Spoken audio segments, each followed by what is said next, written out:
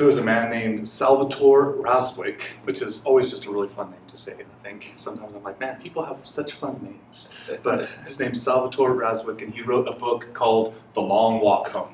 Some of you may have heard of this book, but in his book he chronicles a journey from being trapped in a Soviet prison camp up in Siberia, and he and a group of other escaped prisoners walked from northern Russia and Siberia all the way down to the Mongolian border, only to find out this was the time of the Cold War, that Mongolia was actually working closely with the Soviets, so they had to kind of skirt around Mongolia, go through the Gobi Desert, through Nepal, over the high mountains, and eventually come out to freedom in India. It was a journey that was over 3,400 miles. And recently, different historians have said that they believe that this journey actually happened. They're not sure if Mr. Razowick was actually the one who was in that journey, but they do believe, because of different evidences and different stories, that this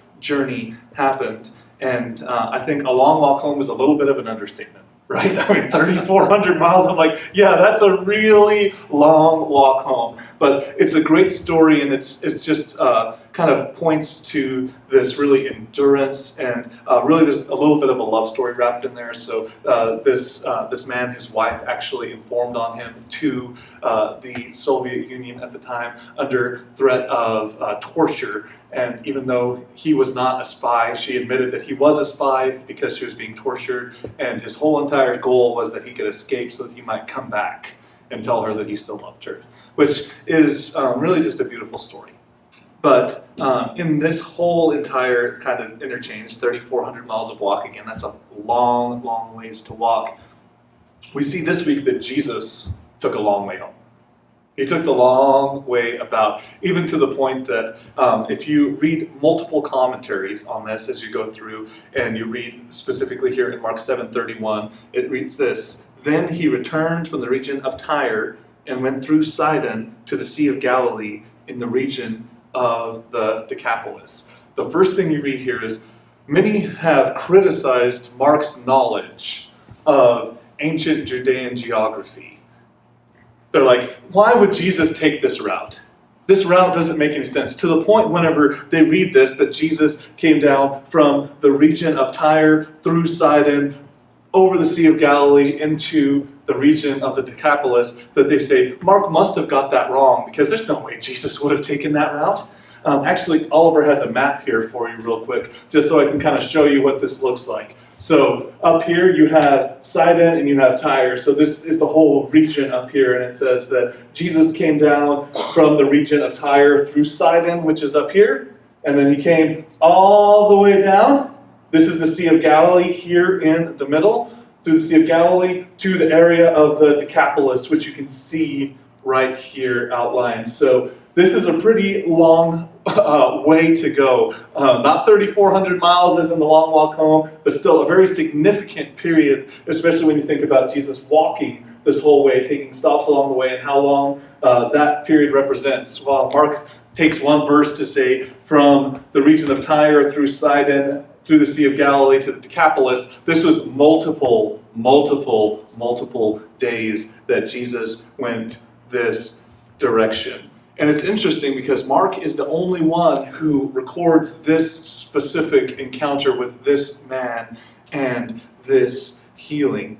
But again, if you look at all these kind of modern commentators, and many of them saying, like, it doesn't make sense that Jesus would have taken this route because of a couple of different things. So number one, Jesus would travel north, because remember he had the interaction with the Syrophoenician woman last week that Larry preached through. So he would have traveled north, gone up through Sidon, and then turned southeast to go all the way back down to the Sea of Galilee and back down to the Decapolis. And they're like, that doesn't make sense to me, so he must have got it wrong.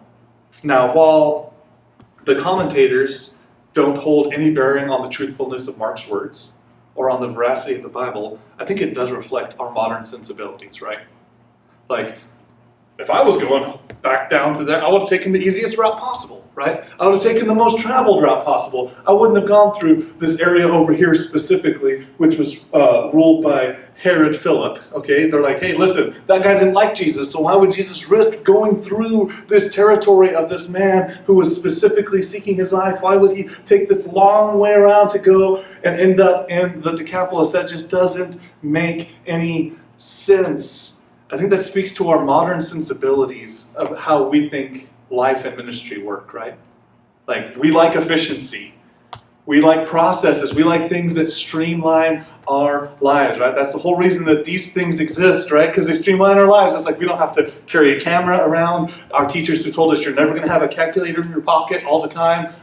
Joke's on you. Like, we have a calculator in our pocket all the time now, right? We have all these different things now. We try to streamline our lives as much as possible. We're always looking for efficiency and how can we save a few minutes here and a few minutes there. On the way back from even New Mexico just the other day, you guys probably do this too. You turn on Apple Maps or Google Maps, and as you're driving, you're thinking, I could probably beat that time. Right? It says I'm going to be home at like 7:09. I bet I can make it by 7 o'clock, right? And you're just thinking, like, how can I streamline this process? How can we get there as quickly as possible? But that's not the way that Jesus looked at his ministry. Jesus wasn't like, hey, how can I just get this over with and get this done and just make this as efficient as possible? Jesus wasn't driven by human nature and human thoughts. He was driven by the will of the Father. And so even as we read here in verse number 31, that he returned from the region of Tyre and went through Sidon to the Sea of Galilee in the region of the Decapolis.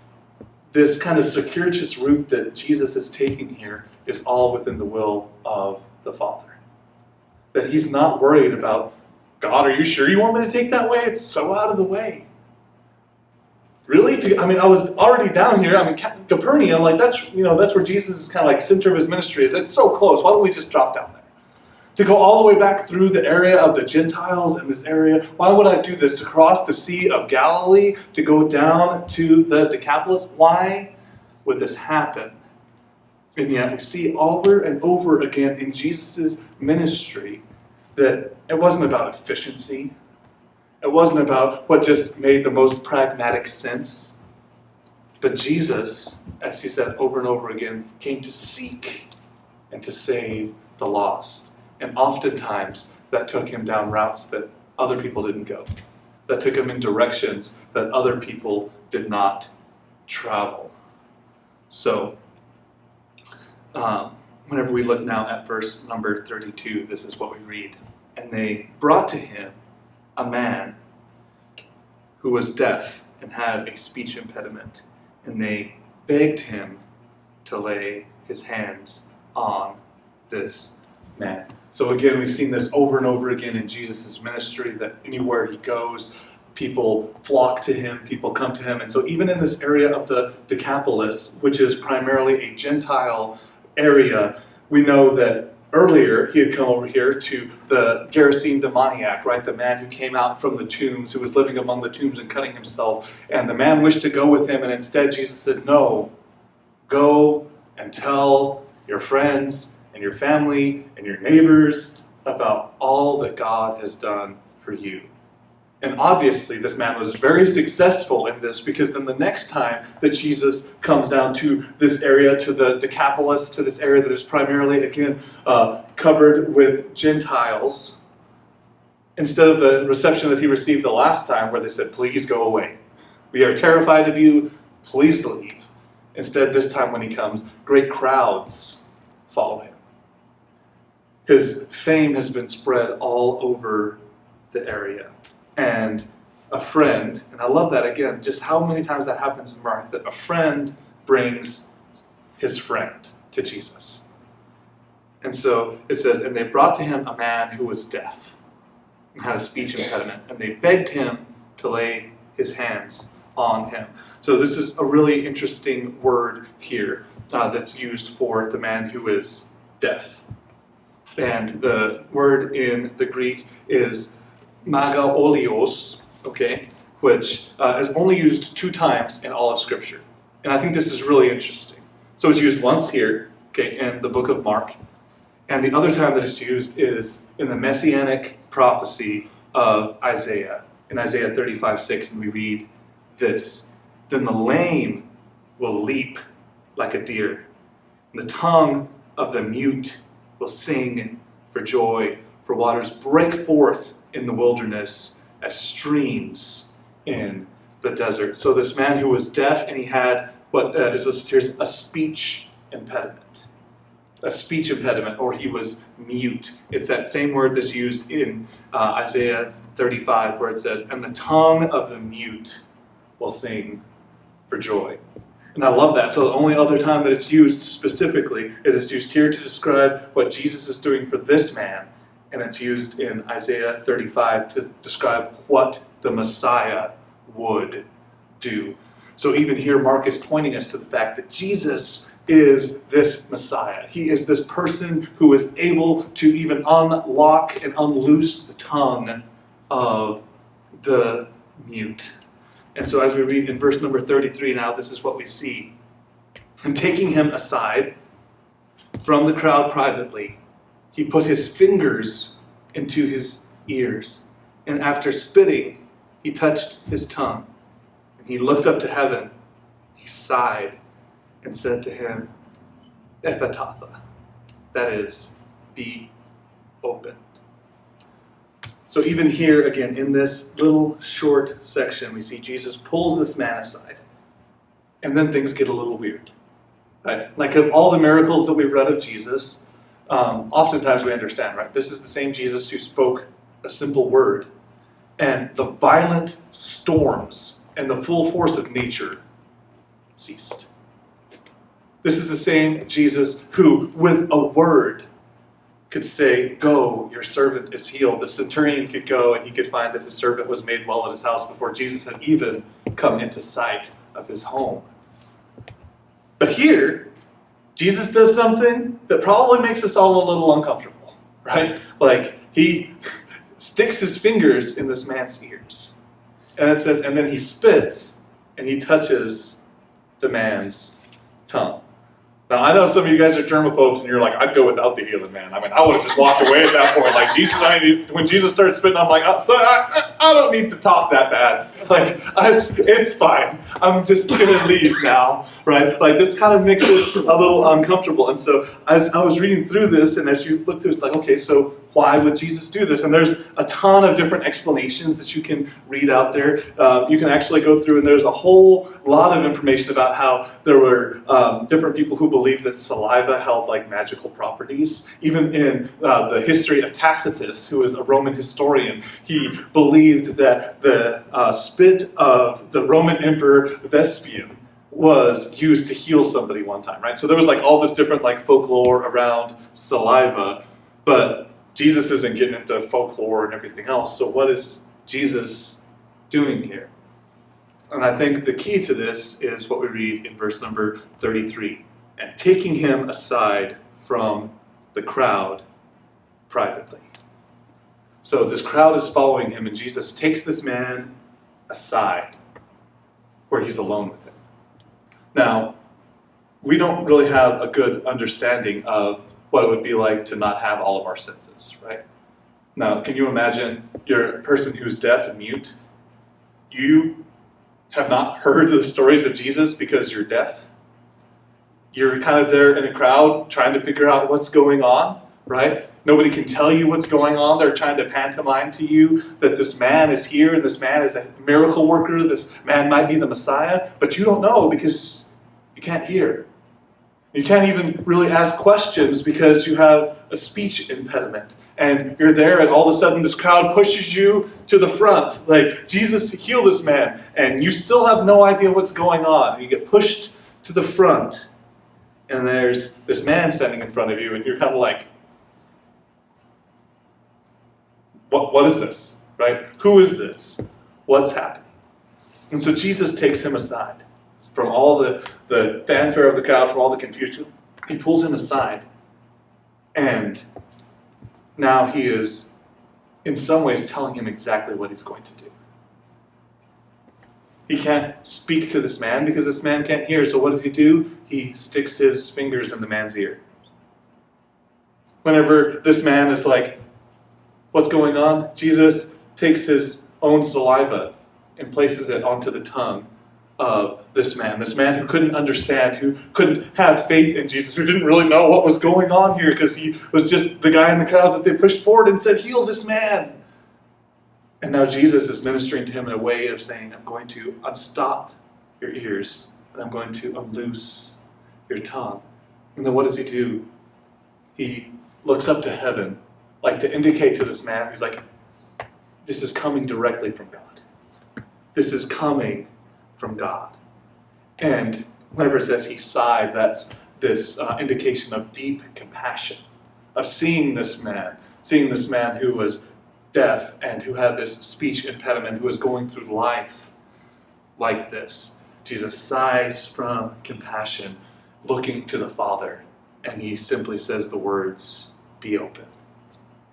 And this man's ears are open. I love the fact that Jesus took this crazy route around all of Judea, came down into the area of the Gentiles, pulls this man aside, and gets down on his level.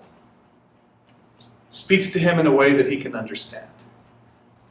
Where Jesus could have just said, be open. Instead, he spends time with this man. He's telling him what he's going to do. I'm going to unstop your ears. I'm going to unloose your tongue. It is God who is doing this. And then he says the words, be open.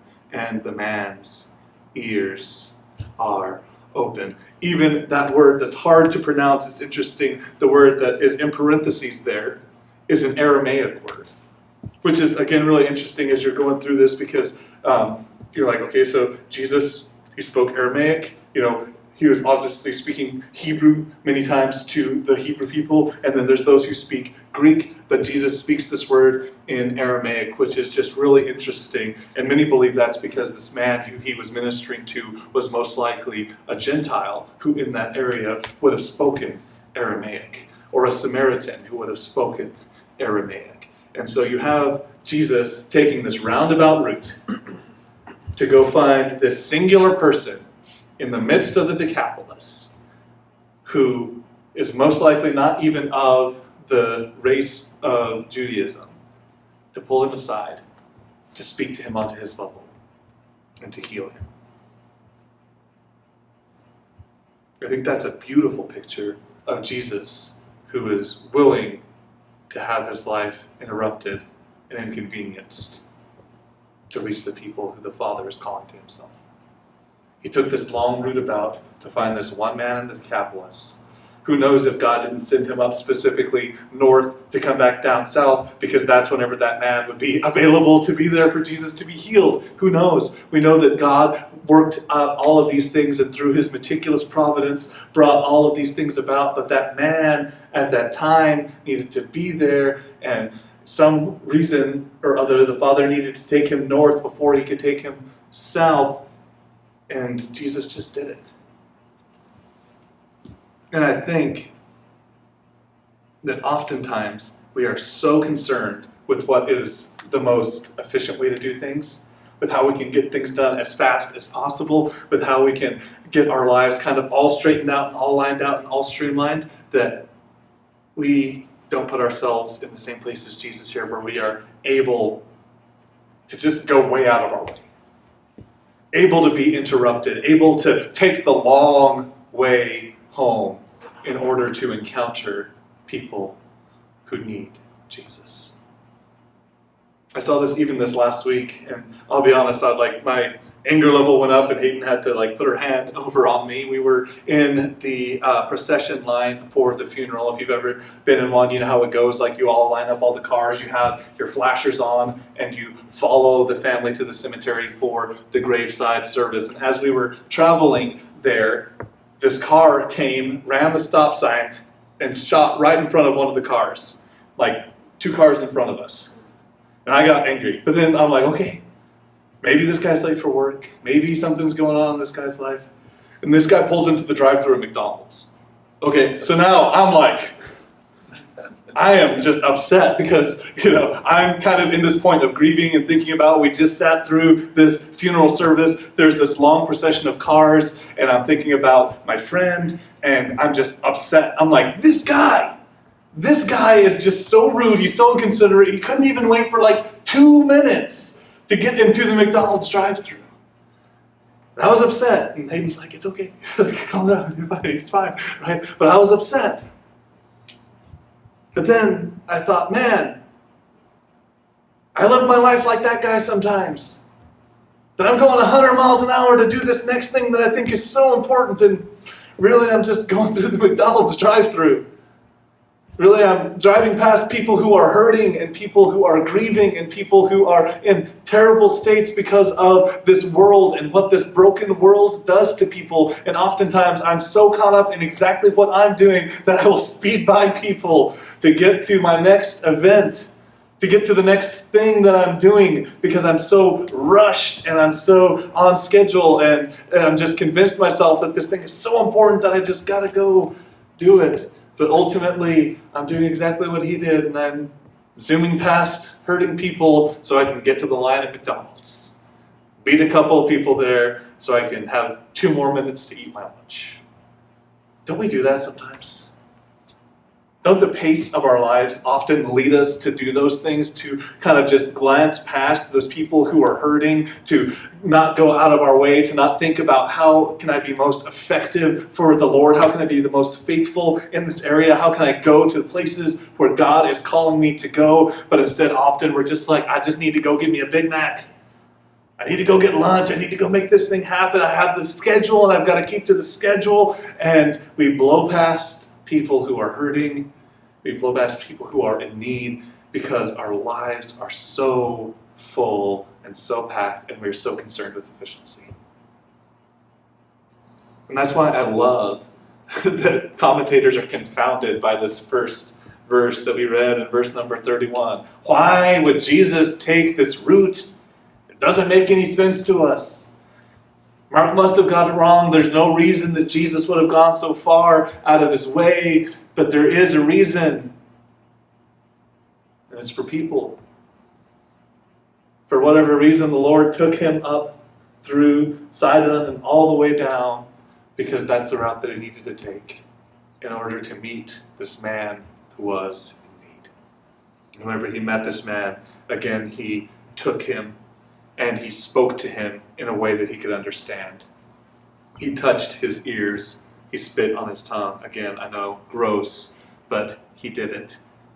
And so then we read in verse number 35, and his ears were opened, and his tongue was released, and he spoke plainly.